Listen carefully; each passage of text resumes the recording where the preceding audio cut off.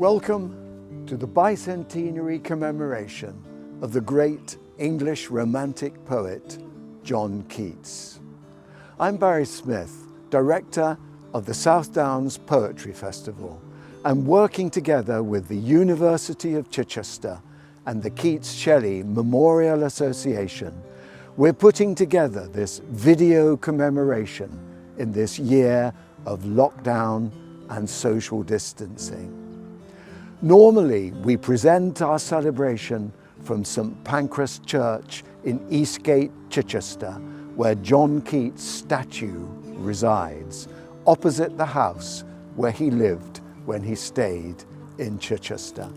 We're delighted to be able to present a fantastic cast of performers in our commemoration. We have actors Rosie Cavaliero and Emily Rose Smith.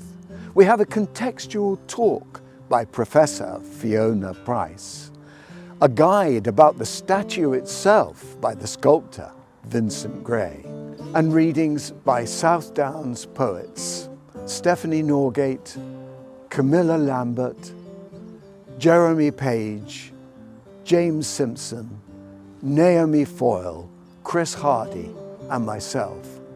The music is presented by Little Machine with guitarist Chris Hardy and classical guitarist Amanda Cook.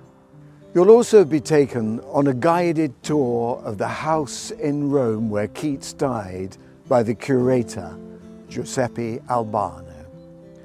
When thinking about Keats, I always return to those lines from the Ode on a Grecian Urn. Beauty is truth, truth beauty, that is all ye know on earth and all ye need to know. So let's begin with the beauties of autumn, read for us by Rosie Cavaliero. Season of mists and mellow fruitfulness.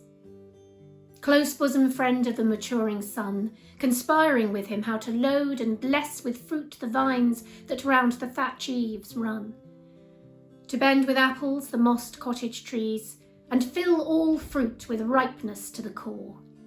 To swell the gourd, and plump the hazel shells with a sweet kernel, to set budding more and still more later flowers for the bees. Until they think warm days will never cease, for summer has o'erbrimmed their clammy cells. Who hath not seen thee oft amid thy store? Sometimes whoever seeks abroad may find thee sitting careless on a granary floor, thy hair soft lifted by the winnowing wind, or on a half-reaped furrow sound asleep, drowsed with the fume of poppies, while thy hook spares the next swathe and all its twinned flowers. And sometimes, like a gleaner, thou dost keep steady thy laden head across a brook, or by a cider press with patient look, thou watchest the last oozings hours by hours. Where are the songs of spring? Aye, where are they? Think not of them, thou hast thy music too. While barred clouds bloom the soft dying day and touch the stubble plains with rosy hue, then in a wailful choir the small gnats mourn among the river sallows, borne aloft or sinking as the light wind lives or dies. And full-grown lambs loud bleat from hilly bourne, hedge crickets sing, and now, with treble soft, the red-breast whistles from a garden croft, and gathering swallows twitter in the skies. Hello, my name is Vincent Gray. I'm the sculptor responsible for the John Keats sculpture that I'm both sitting here with now, but also the bronze version that you may be familiar with in Eastgate, Chichester. How did the sculpture come about, you ask? Well, as I often do, in order to inspire new work, I carry out some research, and that generates ideas in my head. I carried out some research some years ago, only to learn that the poet John Keats had lived in Chichester, and at that time started work on the very famous poem Eve of St Agnes. And I questioned myself, why isn't he represented in some way? This is extraordinary. A big man like John Keats has made such an impact on people's lives, especially in the poetry world, but not represented in Chichester. So I thought I would set about, first of all, by making a maquette, which is a small model, and present that maquette to Chichester Council, which I did, set up a meeting, and they gave it a unanimous thumbs up and said, if you want to realise this sculpture life size, the first thing you need to do is apply for planning permission, which I did, and I was granted planning permission. I'd already worked out the site where it was going to go, more or less directly under the window of the house Keats lived in, on Eastgate. I then realised, in order to get the project off the ground, it fell entirely on my shoulders to raise the funds sufficient to have it cast in bronze, which I set about doing. I set up a campaign page, and gradually money started coming in. The council realised it was being taken very seriously by the public, and both the city council and district council matched the public donation. So the sculpture was then shipped to the foundry, cast in bronze, and it was installed in 2017 and unveiled by Dame Patricia Routledge on a beautiful sunny August afternoon. If you're in Eastgate Square in Chichester and you look over Keats's left-hand shoulder, you will see the house that he lived in 200 years ago when he started work on the poem. Now, as part of my efforts to raise funds, I set up a poetry evening, the Eve of St Agnes Poetry Evening, and the Eve of St Agnes is on the 20th of January. I managed to get several poets and actors together in order to do readings in St Pancras Church, which is immediately adjacent to the site, which was always very well attended. And this poetry evening has been rumbling on now for several years, and I've handed it over to Barry Smith, who heads up the South Downs Poetry Festival. So not only do we have the sculpture in Chichester, but we also have this poetry event, which is the highlight on the social calendar for Chichester. So all round, it's informing people of the poet and his time in Chichester. Letter to John Taylor, Friday 27th February 1818. In poetry I have a few axioms, and you will see how far I am from their centre. First, I think poetry should surprise by a fine excess, and not by singularity. It should strike the reader as a wording of his own highest thoughts, and appear almost a remembrance. Second, its touches of beauty should never be halfway, thereby making the reader breathless instead of content. The rise, the progress, the setting of imagery should, like the sun, come natural to him, shine over him, and set soberly, although in magnificence, leaving him in the luxury of twilight. But it is easier to think what poetry should be than to write it. And this leads me to another axiom, that if poetry comes not as naturally as the leaves to a tree, it had better not come at all. However it may be with me, I cannot help looking into new countries, with oh, for a muse of fire to ascend. Keats, Chichester and Rome. It was January the 20th, 1819, St Agnes' Eve, and Keats was in Chichester. Having spent Christmas Day with Fanny Brown's family in London, in the new year he joined Charles Brown, staying at 11 Eastgate Square with Dilks's parents. Inspired by the legend and the atmosphere of the medieval city, still in part medieval, Keats began the poem St Agnes' Eve. The poem is a love story based on a superstition that you may perhaps know. If on St Agnes' Eve you go to bed hungry, without talking to anyone or looking behind you, you may dream of the person you will marry. In the poem, Keats's Madeline dreams of Porphyro and wakes to find that dream true. Then the lovers steal away from the feudal background that would separate them. After spending 3 days with Mr. Dilks Sr. in Chichester, Keats and Brown walked 13 miles to Bedhampton to stay with Dilks' sister-in-law, Mrs. Snook, at the old mill house, Bedhampton. As Keats wrote in his letter to George on the 14th of February 1819, I was nearly a fortnight at Mr. Snook's and a few days at old Mr. Dilk's. Nothing worth speaking of happened in either place. I took down some of the thin paper and wrote on it a little poem called St. Agnes' Eve. I went out twice at Chichester to old dowager card parties. I see very little now and very few persons, being tired of men and things. Brown and Dilke are very considerate and kind towards me.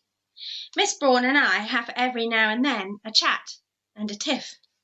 During the spring and summer of 1819, with the Braun family now living next door in their half of Wentworth Place, Keats wrote many of the poems for which he is best known today.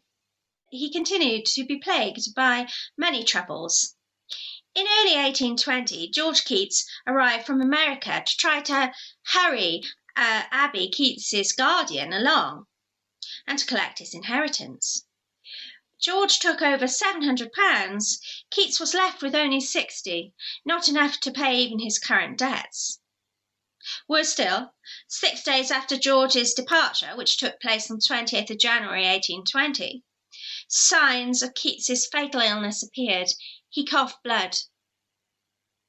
By the time his final volume of verse, Lamia, Isabella and the Eve of St. Agnes and Other Poems, was published in July 1820, all of Keats's friends were worried about the state of his health.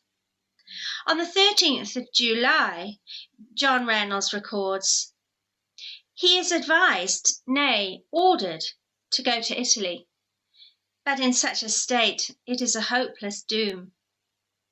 Advised by his doctors to spend the winter in the warmer climate, Keats wrote to his publishers, "My chest is in so nervous a state that anything extra, such as speaking to an unaccustomed person or writing a note, half suffocates me.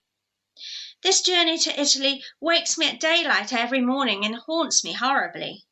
I shall endeavour to go, though it be with the sensation of marching up against a battery."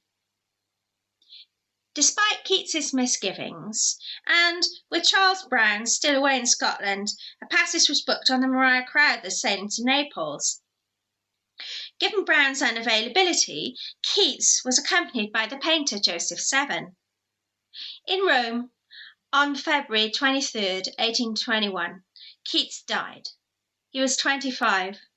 2 years after, in early spring 1823, the gravestone with its epitaph was added. Severn wanted to erect a headstone depicting a Greek lyre with broken strings, with the epitaph that Keats requested only. But the inscription, therefore, is mostly Brown's. This grave contains all that was mortal of a young English poet who, on his deathbed, in the bitterness of his heart at the malicious power of his enemies, desired these words to be engraven on his tombstone. Fanny Braun remained in mourning for 6 years. When I have fears that I may cease to be.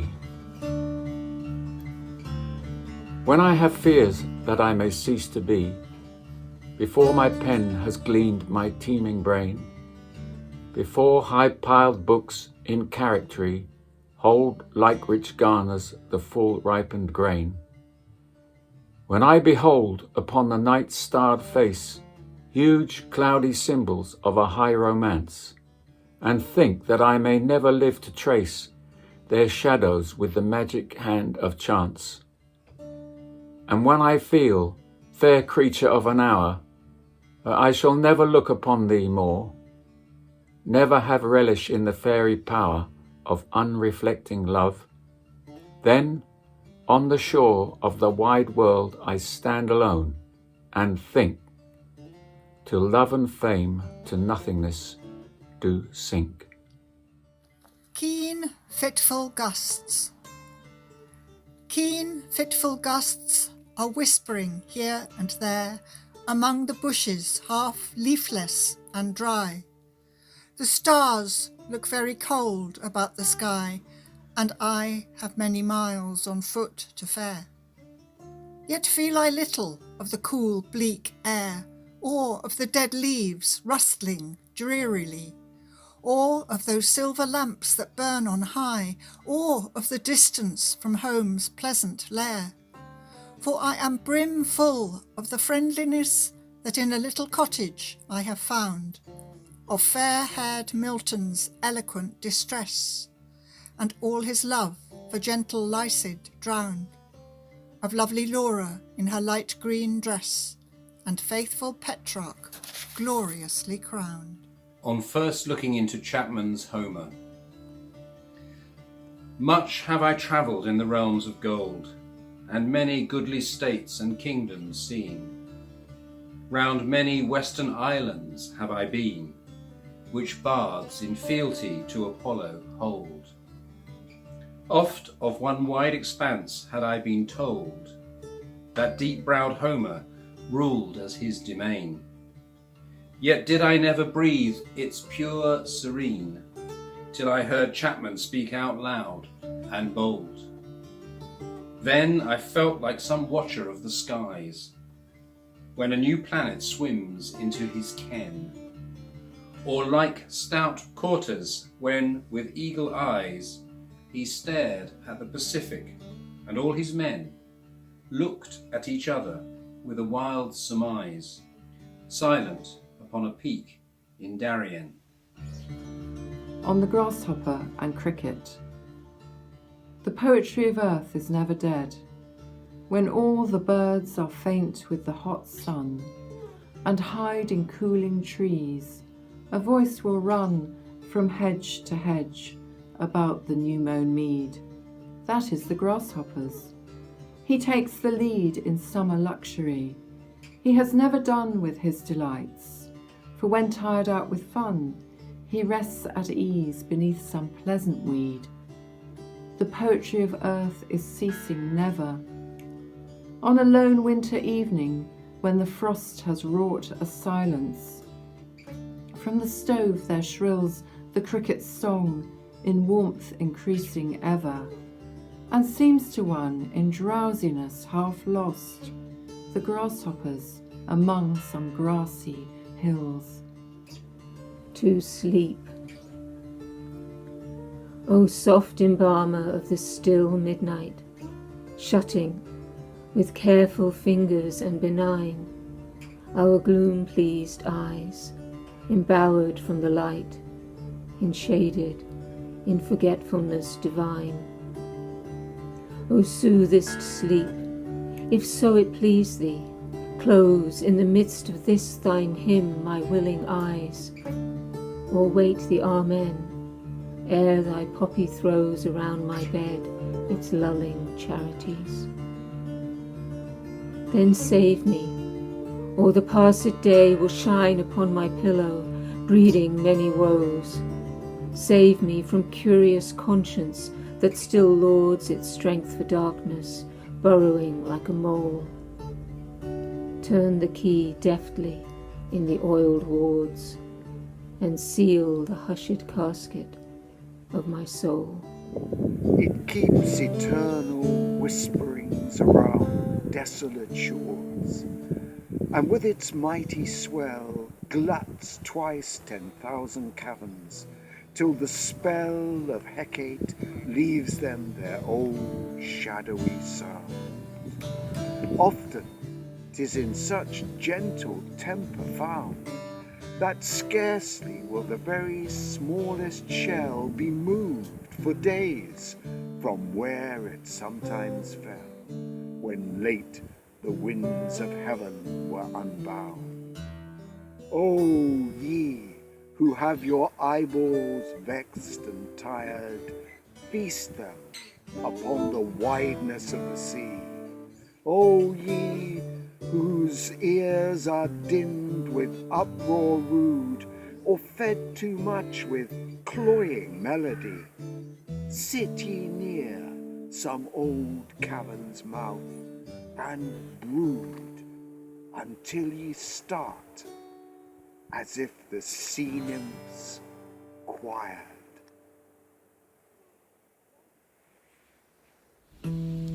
La Belle Dame sans Merci. Oh, what can ail thee, knight-at-arms? alone and palely loitering. The sedge has withered from the lake and no birds sing. Oh, what can ail thee, knight at arms, so haggard and so woe begone? The squirrel's granary is full and the harvest's done. I see a lily on thy brow, with anguish moist and fever dew, and on thy cheeks a fading rose fast withereth too. I met a lady on the meads, full beautiful, a fairy's child. Her hair was long, her foot was light, and her eyes were wild. I made a garland for her head, and bracelets too, and fragrant zone. She looked at me as she did love, and made sweet moan. I set her on my pacing steed, and nothing else saw all day long, for sidelong she would bend and sing a fairy's song. She found me roots of relish sweet, and honey wild and manna dew, and sure in language strange she said, I love thee true. She took me to her elfin grot, and there she wept and sighed full sore, and there I shut her wild, wild eyes with kisses four. And there she lulled me asleep, and there I dreamed our woe betide, the latest dream I ever dreamed on the cold hillside. I saw pale kings and princes too, pale warriors, death pale were they all. They cried, La Belle Dame sans Merci had thee in thrall. I saw their starved lips in the gloam, with horrid warning gaped wide. And I awoke and found me here on the cold hillside. And this is why I sojourn here, alone and palely loitering, though the sedge is withered from the lake, and no birds sing.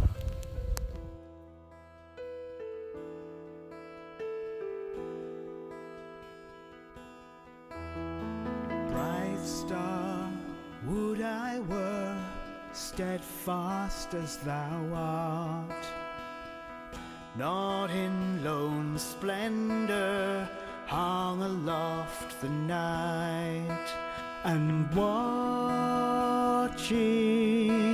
with eternal lids apart, like nature's patient, sleepless eremite.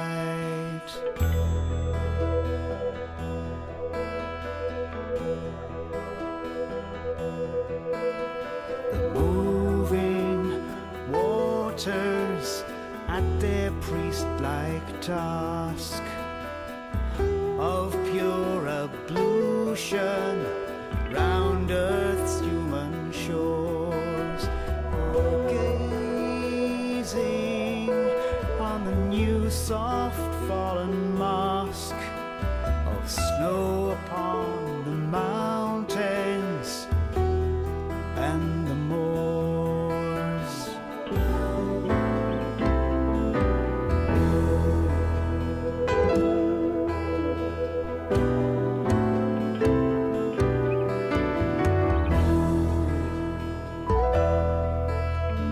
No, yet still steadfast, still unchangeable,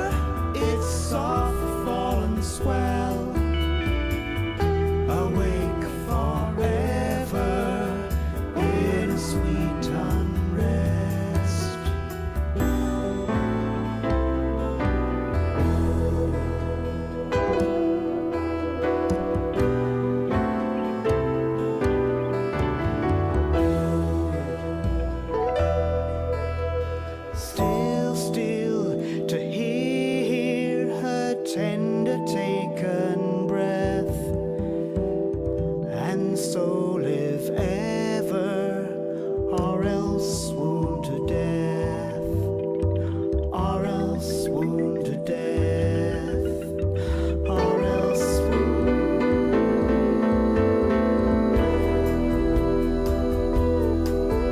to death.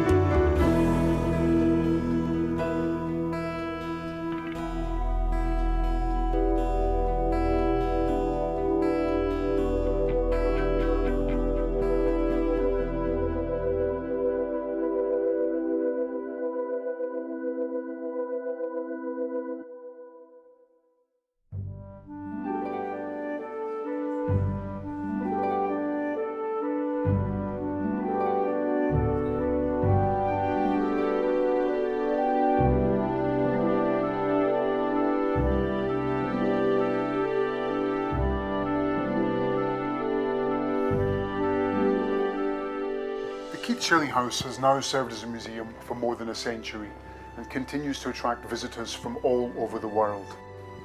Many who come here are already well acquainted with the work of Keats and his fellow romantics. Others are simply spurred by their curiosity about this handsome house in the heart of this historic city. The collection, which is devoted to the second generation English Romantic poets, Shelley, Keats and Byron, attests to the importance of Rome in the minds and imaginations of many writers and artists, not just in the Romantic age, but over the centuries.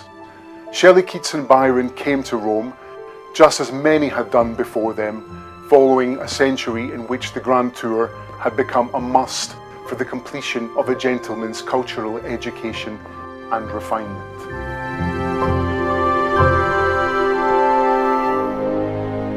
Because of its thrilling classical past, Rome was the holy grail of the Grand Tour, and back in the 18th century, everybody who was anybody would come here to learn and then return home to boast of their experiences. But for the Romantics, well, things were slightly different. They came here for escape, for personal reasons, as much as they did to come and learn. For me, this painting by Joseph Severn, which displays the young poet Shelley composing his lyrical drama Prometheus Unbound in the baths of Caracalla, sums up the essence of the romantic version of the Grand Tour. The glories of the classical past are still there, but they are eulogized in the form of ruins rather than celebrated. And Severn also suggests a link between Shelley's poetic imagination and the romantic past. But the city's great beauty wasn't its only attraction for Northern European writers and artists. Like many other sufferers from tuberculosis, John Keats came here in the vain hope that the milder climates would alleviate his poor health. It was a vain hope. In this letter here, which was written by Joseph Severn, Severn tells us, "He is gone. He died with the most perfect ease.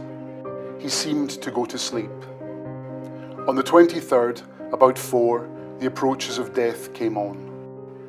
Severn, I, lift me up, I am dying. I shall die easy. Don't be frightened, be firm, and thank God it has come." I lifted him up in my arms. The phlegm seemed boiling in his throat and increased until 11, when he gradually sunk into death, so quiet that I still thought he slept. Some very special things, however, escaped unharmed and remain here to this day. The fireplace, which is an original feature of the house, and of course the famous ceiling with its elaborate flower motifs.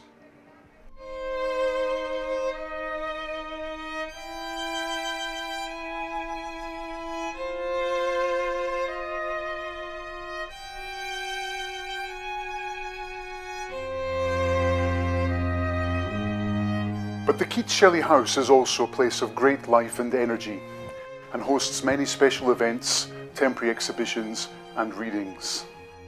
When I first arrived here to work as curator, my own first impressions of the place were dominated by the same sense of wonder and excitement I see on visitors' faces when they cross the threshold into the museum. But we must never rely on our laurels. As a British museum abroad, we receive no public funding from the UK and survive solely on the price of our tickets and on the generosity of our donors. I'm glad to say we currently receive some 23,000 visitors a year, but we are always looking to expand this number. These three great men behind me worked tirelessly and selflessly 1 century ago to ensure the prosperity and longevity of this special museum. And it is now up to all of us who care about why this house matters to ensure that it survives and thrives for at least another 100 years.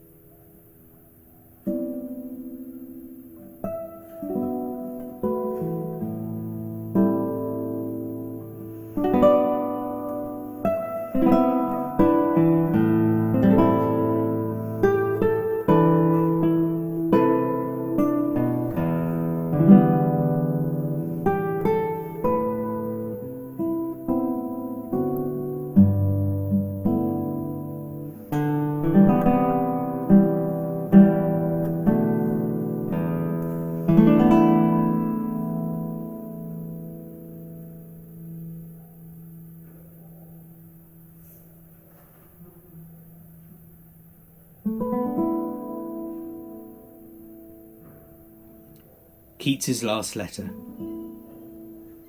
Charles Brown was Keats's closest friend. They met in the summer of 1817 and went on a walking holiday of Scotland together. Keats moved into Brown's home at Wentworth Place after Tom Keats's death. Keats's last surviving letter was written to Charles Brown. Rome, 30th of November 1820. My dear Brown, 'tis the most difficult thing in the world to me to write a letter. My stomach continues so bad that I feel it worse on opening any book. Yet I'm much better than I was in quarantine. Then I am afraid to encounter the proing and conning of anything interesting to me in England. I have an habitual feeling of my real life having passed, and that I am leading a posthumous existence. God knows how it would have been, but it appears to me, however, I will not speak of that subject. I must have been in Bedhampton nearly at the time you were writing to me from Chichester. How unfortunate! And to pass on the river too. There was my star predominant. I cannot answer anything in your letter which followed me from Naples to Rome, because I am afraid to look it over again. I am so weak in mind that I cannot bear the sight of any handwriting of a friend I love so much as I do you. Yet I ride the little horse, and, at my worst, even in quarantine, summoned up more puns in a sort of desperation in 1 week than in any year of my life. There is one thought enough to kill me. I've been well, healthy, alert, and walking with her, and now the knowledge of contrast, feeling for light and shade, all that information, primitive sense necessary for a poem, are great enemies to the recovery of the stomach. There, you rogue, I put you to the torture. But you must bring your philosophy to bear, as I do mine. Or how should I be able to live?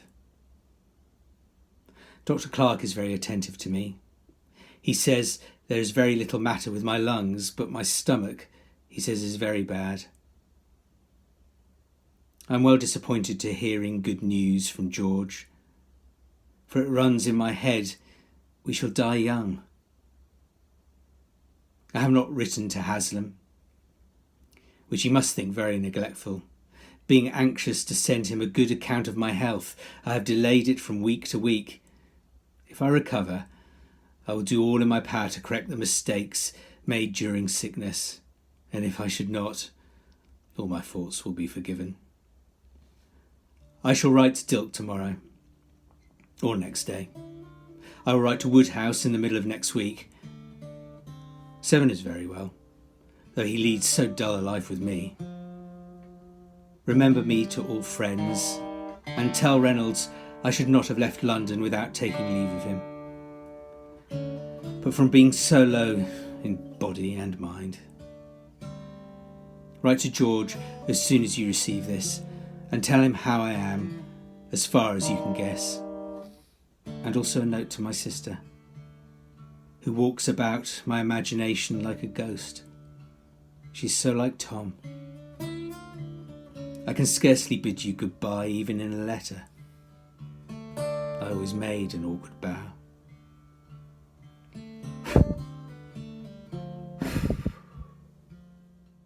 Letter from Joseph Severn to Haslam, Rome, 15th of January, 1821, Sunday night, 11:30.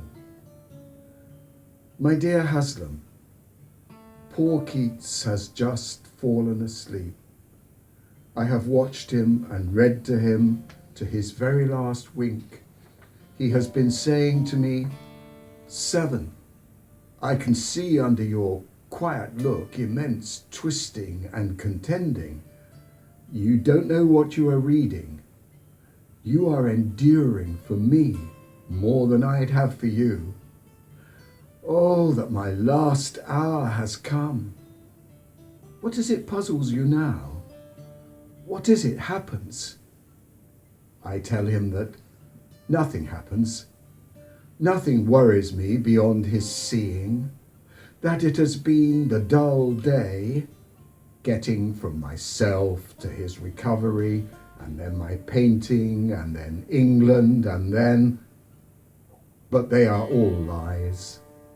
My heart almost leaps to deny them, for I have the veriest load of care that ever came upon these shoulders of mine. Poor Keats is sinking daily. He is dying of a consumption, of a confirmed consumption. Perhaps another 3 weeks may lose me him forever. Keats's friend, the young painter, Joseph Severn, had sailed with him to Italy, as he followed medical advice to seek respite from the illness which plagued him. He nursed Keats through the final weeks of his life. Severn made a sketch as he watched over the dying poet at 26 Piazza di Spagna, Rome. At the bottom of the sketch, an inscription 28th of January, 3 o'clock, morning. Drawn to keep me awake. A deadly sweat was on him all this night. Keats passed away on Friday the 23rd of February, 1821, around 11 p.m. This is the last known portrait of the poet. Letter from Joseph Severn to Charles Brown, Rome, 27th of February, 1821. My dear Brown, he is gone. He died with the most perfect ease. He seemed to go to sleep. On the 23rd, about 4, the approaches of death came on. 7, lift me up. I am dying. I shall die easy. Don't be frightened. Be firm. And thank God it has come. I lifted him in my arms. The phlegm seemed boiling in his throat and increased until 11, when he gradually sunk into death, so quiet that I still thought he slept. I cannot say now. I am broken down from 4 nights watching and no sleep since, and my poor Keats gone 3 days since. The body was opened. The lungs were completely gone. The doctors could not conceive by what means he had lived these 2 months. I followed his poor body to the grave on Monday with many English. They take such care of me here that I must else have gone into a fever. I am better now, but still quite disabled. The police have been. The furniture, the walls, the floor, everything must be destroyed by the order of the law. But this is well looked to by Dr. C. The letters I put into the coffin with my own hand. I must leave off. J.S. This goes by the first post. Some of my kind friends would have written else. I will try to write to you everything next post, or the doctor will. They had a mask and hand and foot done. I cannot get on. A letter from Fanny Brawn to Fanny Keats, dated the 26th of February, 1821. Read by Emily Rose Smith. For myself, I'm impatient, resigned, very resigned. I know my Keats is happy. Happier 1,000 times than he could have been here. For Fanny, you never can know how much she has suffered. So much that I do believe, were it in my power, I would not bring him back. All that grieves me now is that I was not with him. Yet it was a great deal through his kindness for me that he foresaw what would happen.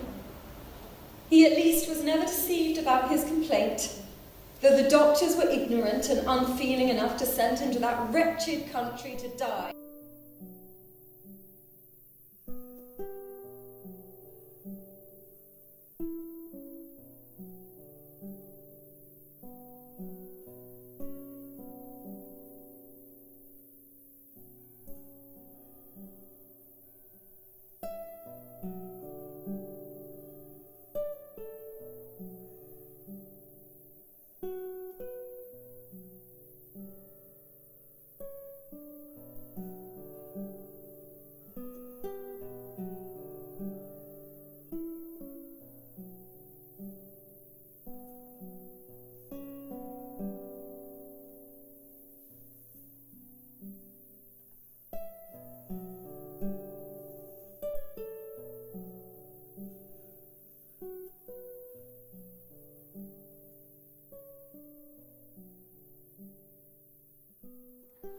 And so we've reached the end of our journey celebrating the bicentenary of one of our best-loved poets, John Keats.